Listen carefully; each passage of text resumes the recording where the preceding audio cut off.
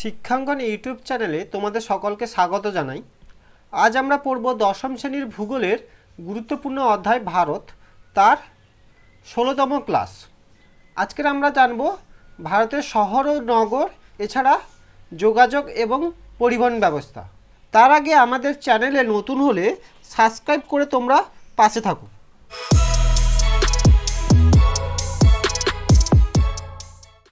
প্রথমে আমরা জানব গ্রাম কাকে বলে। এক কথায় যদি আমরা বলি, কতগুলি ঘর বা বাড়ির সমষ্টিকে একত্রে বলা হয় গ্রাম, বা প্রতি বর্গ কিলোমিটারে 400 জন মানুষ বসবাস করবে এবং ওই অঞ্চলে 75% মানুষ বা 75% মানুষ কৃষিজীবী হলে তখন সেই অঞ্চলকে বলা হয় গ্রাম। 2 নম্বর প্রশ্ন, শহর কাকে বলে? প্রতি বর্গ কিলোমিটারে যখন 1 লক্ষের কম মানুষ বসবাস করে তখন তাকে বলা হয় শহর। উদাহরণ হলদিয়া। 3 নম্বর, নগর কাকে বলে? প্রতি বর্গ কিলোমিটারে 1 লক্ষের বেশি এবং 10 লক্ষের কম জনসংখ্যা বসবাস করলে তখন তাকে নগর বলা হয়, যেমন হাওড়া। 4 নম্বর, মহানগর কাকে বলে? প্রতি বর্গ কিলোমিটারে 10 লক্ষের বেশি এবং 50 লক্ষের কম মানুষ বসবাস করলে তখন তাকে বলা হয় মহানগর, যেমন আসানসোল। অতি মহানগর কাকে বলে? প্রতি বর্গ কিলোমিটারে যখন 50 লক্ষের বেশি মানুষ বসবাস করে তখন তাকে বলা হয় অতি মহানগর, যেমন কলকাতা। 6 নম্বরে খুব গুরুত্বপূর্ণ কোশ্চেন, শহর বা নগর গড়ে ওঠার কারণ আলোচনা করো। প্রধানত 3টি কারণ রয়েছে। এ অর্থনৈতিক কারণ, বি রাজনৈতিক কারণ এবং 3 সাংস্কৃতিক কারণ। অর্থনৈতিক কারণের মধ্যে প্রথম কারণ হলো শিল্পকর্ম। কলকারখানা ও উন্নত পরিবহনযুক্ত স্থানগুলিতে শিল্প কাজের জন্য শহর গড়ে উঠেছে। কলকারখানা ও উন্নত পরিবহনযুক্ত স্থানগুলিতে শিল্প কাজের জন্য শহর গড়ে উঠেছে, যেমন দুর্গাপুর, ভিলাই, জামশেদপুর, আমেদাবাদ, শান্তিপুর, টিটাগড় প্রভৃতি, এবং এইসব অঞ্চলে জনসংখ্যাও বেশি লক্ষ্য করা যায়। 2 নম্বর, ব্যবসা বাণিজ্য। ব্যবসা ও পণ্যদ্রব্যের লেনদেন করার জন্য দোকান, বাজার, গুদামঘর প্রভৃতিকে কেন্দ্র করে শহর এবং নগর গড়ে উঠেছে, যেমন শিলিগুড়ি, গুয়াহাটি প্রভৃতি। 3 নম্বর, পরিবহন। যাত্রী ও পণ্য বহনের জন্য এই শহরগুলি উপকূল, রেলপথ, সড়কপথের পাশে বা সংযোগস্থলে শহর গড়ে উঠেছে, যেমন কলকাতা, পাটনা, মুম্বাই, চেন্নাই প্রভৃতি। বি রাজনৈতিক কারণ। 1 নম্বর, প্রশাসনিক কাজকর্ম। সরকারি প্রশাসনিক কাজ করতে শহর গড়ে ওঠে, অর্থাৎ যেখানে সরকারি বিভিন্ন প্রশাসনিক কাজকর্মগুলি করা হয়, বিশেষ করে শহরের কেন্দ্রস্থলে, যেরকম প্রশাসনিক বিভাগ, আবহাওয়া দপ্তর, মহাবিদ্যালয় বা কলেজ, ইউনিভার্সিটি কিন্তু শহরের কেন্দ্রস্থলগুলিতে গড়ে উঠেছে, যেমন মুম্বাই, কলকাতা, ভুবনেশ্বর। 2 নম্বর, সামরিক কাজকর্ম। সেনা প্রশিক্ষণ, রক্ষণাবেক্ষণ করার জন্য শহর গড়ে উঠেছে, যেমন চিতোর, গোয়ালিয়র, জয়সালমীর, উদয়পুর প্রভৃতি অঞ্চলে গড়ে উঠেছে। সি সাংস্কৃতিক কারণ। 1 নম্বর, ধর্মীয় কেন্দ্র। ধর্মীয় শাসন কেন্দ্র লাসা, ভাটিকান, তীর্থক্ষেত্র Mecca, Medina, Rome, Puri, Varanasi, Amritsar ইত্যাদিকে কেন্দ্র করে শহর বা নগর গড়ে উঠেছে। 2 নম্বর, সাংস্কৃতিক কার্যাবলী। উচ্চশিক্ষা ও গবেষণা কেন্দ্র, যেমন কলকাতা, দিল্লি, আলিগড়, শান্তিনিকেতন প্রভৃতিকে কেন্দ্র করে প্রচুর পরিমাণে নগর এবং শহর গড়ে উঠেছে। এই সমস্ত কারণগুলির জন্য শহর বা নগর গড়ে উঠেছে। 6 নম্বর, খুব ইম্পর্টেন্ট প্রশ্ন, পরীক্ষায় প্রায়ই আসে, নগরায়ন বা শহরায়নের সমস্যা আলোচনা করো বা সমস্যাগুলি লেখো। 1 নম্বর, আবাসনগত সমস্যা। 2 নম্বর, পরিবহনগত সমস্যা। 3 নম্বর, স্বাস্থ্যগত সমস্যা। 4 নম্বর, শিক্ষাগত সমস্যা। 5 নম্বর, বিদ্যুতের সমস্যা। 6 নম্বর, জল নিকাশি সমস্যা, যেটা সবথেকে বেশি সমস্যাটা হয়, জল নিকাশি। 1 নম্বর, আবাসনগত সমস্যা। বড় শহরের স্থানাভাব, নির্মাণ সামগ্রী মূল্যবৃদ্ধি, অর্থ সংস্থানের অভাব, স্বল্প উপার্জনের জন্য বিপুল জনসংখ্যা অনুপাতে বাড়িঘরের প্রসার ঘটে না, অর্থাৎ বিপুল জনসংখ্যা হয়ে যাচ্ছে কিন্তু ইনকাম না থাকার জন্য, অর্থাৎ টাকা পয়সা রোজগার না থাকার জন্য সেখানে ঘর বাড়ি বৃদ্ধি পাচ্ছে না, যার ফলে সমস্যা দেখা দিচ্ছে। 2 নম্বর, পরিবহনগত সমস্যা। সংকীর্ণ ও স্বল্প সংখ্যক রাস্তা, ফুটপাতের অভাব, বিপুল জনসংখ্যা ও অসংখ্য যানবাহনের চাপে ট্রাফিকের গতি খুব ধীর, যার ফলে প্রচুর পরিমাণে বায়ু দূষণ ঘটছে এবং পরিবেশ দূষিত হচ্ছে। 3 নম্বর স্বাস্থ্যগত সমস্যা, নানান বজ্র, যানবাহন, কলকারখানার ধোঁয়া, ধূলিকণা, নোংরা জল প্রভৃতি শহরবাসীর কাছে বিভিন্ন রোগের সৃষ্টি করে, যেমন কলেরা, টাইফয়েড, ম্যালেরিয়া প্রভৃতি।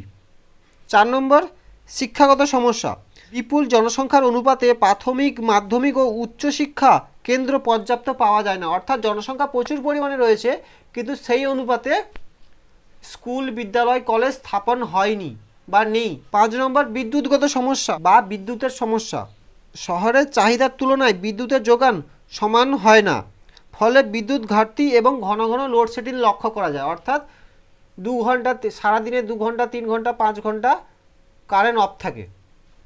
6 নম্বর জল নিকাশিগত সমস্যা, ভারতের মাত্র 35 থেকে 40% পৌর জনসংখ্যার নোংরা জল নিকাশি ব্যবস্থা রয়েছে, বাকি অংশে কোনো জল নিকাশি ব্যবস্থা নেই, যার ফলে বর্ষাকালে একটু বৃষ্টি হলেই রাস্তাঘাটে জল জমে যায়, যানবাহনের সমস্যা সৃষ্টি হয় এবং অনেক মানুষ বিদ্যুৎপৃষ্ট হয়ে মারা যায়। এইগুলি হলো শহরাঞ্চল বা নগরায়নের সমস্যা। এবার আমরা জানব পরিবহন ও যোগাযোগ ব্যবস্থা। পরিবহন কি বা পরিবহন কাকে বলে? এক কথায় যাত্রী ও পণ্য চলাচলের মাধ্যমকে বলা হয় পরিবহন। অন্যভাবে বলা যেতে পারে স্থানান্তরযোগ্য পণ্যদ্রব্য এবং মানুষ ও অন্যান্য প্রাণী এক স্থান থেকে অন্য স্থানে চলে যাওয়ার মাধ্যমকে বলা হয়, বা যার মাধ্যমে চলে যায় তাকে বলা হয় পরিবহন। 2 নম্বর যোগাযোগ ব্যবস্থা কি বা যোগাযোগ ব্যবস্থা কাকে বলে? এক কথায় কোনো জায়গায় না গিয়ে বা কোনো রূপে স্থান পরিবর্তন না করে দূরের লোকের সঙ্গে কথাবার্তা বা তথ্যের আদান প্রদানকে বলা হয় যোগাযোগ।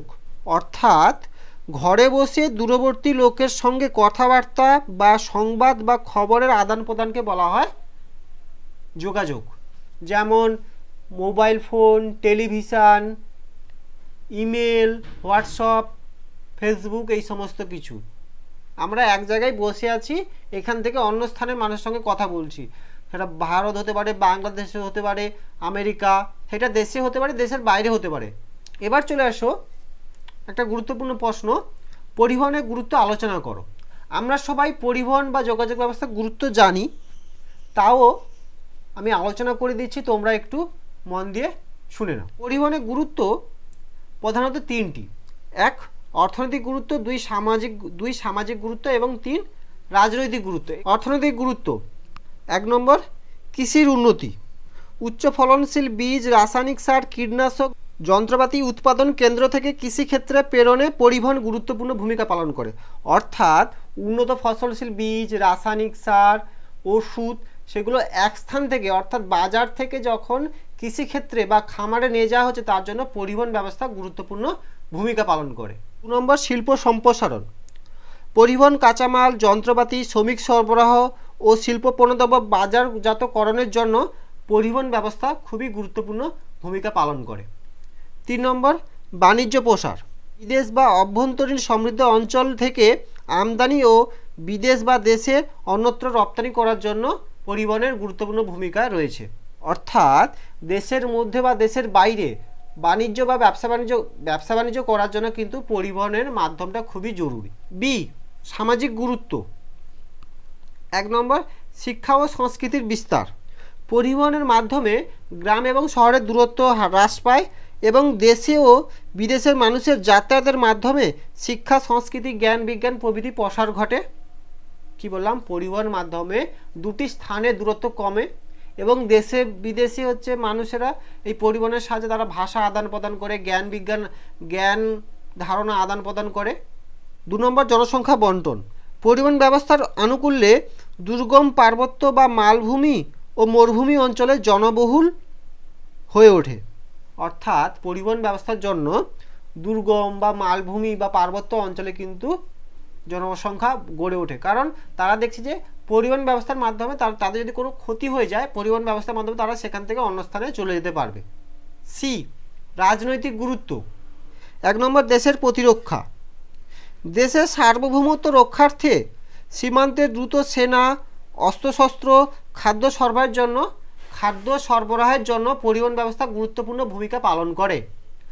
2 নম্বর ঐক্য ও সংহতি স্থাপন। উন্নত পরিবহন দেশের বিভিন্ন অঞ্চলের ভাষা ও ধর্মাবলম্বী লোকেদের মধ্যে এক সূত্রে বেঁধে রাখে। অর্থাৎ উন্নত পরিবহন ব্যবস্থা দেশের ভাষা এবং বিভিন্ন ধর্মাবলম্বী মানুষদের মধ্যে ঐক্য সাধন করে এই পরিবহন ব্যবস্থা। এই সমস্ত পয়েন্টগুলি হলো পরিবহন ব্যবস্থার গুরুত্ব। আজকের ক্লাসটা এখানেই শেষ করলাম। যদি তোমাদের কোনো কোশ্চেন থেকে থাকে অবশ্যই কমেন্ট করে জানিও। আর ক্লাসটি ভালো লেগে থাকলে অবশ্যই লাইক, কমেন্ট এবং সাবস্ক্রাইব করে রাখো পরবর্তী ভিডিওটি পাওয়ার জন্য।